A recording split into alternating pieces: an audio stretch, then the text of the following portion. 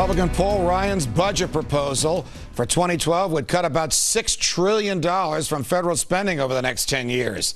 The House is supposed to vote on it this Friday. Of course, the Democrats hate it. But now, according to reports, some Republican lawmakers aren't fans of it either and are avoiding saying how they plan to vote. Congressman Ryan's cuts are too big for many mainstream Republicans and too small for many libertarians. So will the House pass it? Who better to ask than a Democrat? Kirsten Powers, the New York Post columnist, Fox News analyst, and my friend. Kirsten, it's a pleasure. Welcome back to the Glenn Beck program. Great to be here. What's your take on what the House will do? I mean, the leadership is in favor of this. Even some libertarian-leaning members of Congress, like Congresswoman Michelle Bachmann, who was just on right before you, is in favor of it, though I didn't know that until a few moments ago.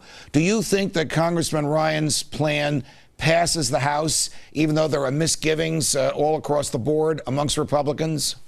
Yeah, I do. I haven't really heard that much in terms of an expectation that it wouldn't pass. There certainly, I'm sure, are some Republicans who are a little leery of it because there are such draconian cuts in it, and they might be afraid of some sort of blowback from their constituents. But you have to remember, the Republicans are really, this is really directed at their base, and I think that they're very afraid of what will happen if they don't deliver on the promises that they made. All right, just as the president obviously had his eye on his base this afternoon when he talked about raising taxes on the rich, is this something done for the base? Because I'm talking about Congressman Ryan's proposals, because even if it passes the House, isn't it dead on arrival in the Senate?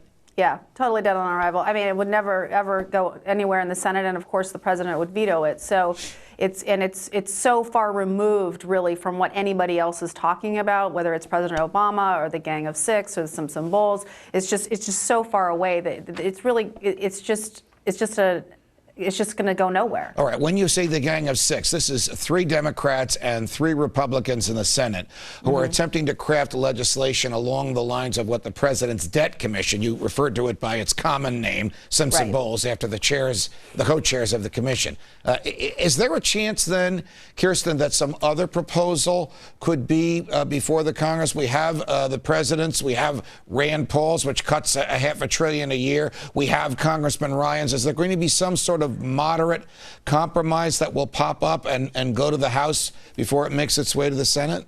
Well, I mean, that certainly would be the hope. But if you listen to the Republicans, that they don't sound open to that at all. I mean, like I said, they have staked themselves so far out away from really anything that I consider reasonable. I mean, I know a lot of people are lauding this as very, Congressman Ryan's budget as being this very bold budget. I mean, it's bold in the sense that it's kind of out there, you know, but it's not really going to ever go anywhere. And I think what the president was doing today was really just reiterating what our social compact is in this country. And it's not to essentially get rid of Medicare and Medicaid, which is what that budget would do. Did the president reiterate that today, Kirsten, because he perceived that he had a problem on his left flank after some of the compromises with which he's gone along in the past 4 months, like in December when he signed the Bush-era tax rates into law yet again, and last week when he went along with the midnight agreement to prevent the government from closing down, something that really aggravated his friends on the left come Monday morning.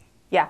Well, look, the left has been upset with him for a long time. I don't know how many times that story can be written, actually. Every time the left is upset with Obama, it's like, oh, okay. They're actually very happy about the speech that he gave today. And I think that, you know, that I don't think that's only who he was trying to reach, however. What's interesting about Congressman Ryan's budget is that it's really the underlying ideas are quite unpopular with most Americans. Most Americans, believe it or not, never wanted the tax cuts for the rich extended even this last time, and they certainly don't want more tax cuts for the rich. Is there still a divide amongst the Republicans in the House between the mainstream, what I like to call big government Republicans, and the small government libertarians, or will they come together on something, whether it's Congressman Ryan's proposal or something, so that they appear unified? Because if the Democrats pick off the libertarians, I don't think John Boehner has a majority.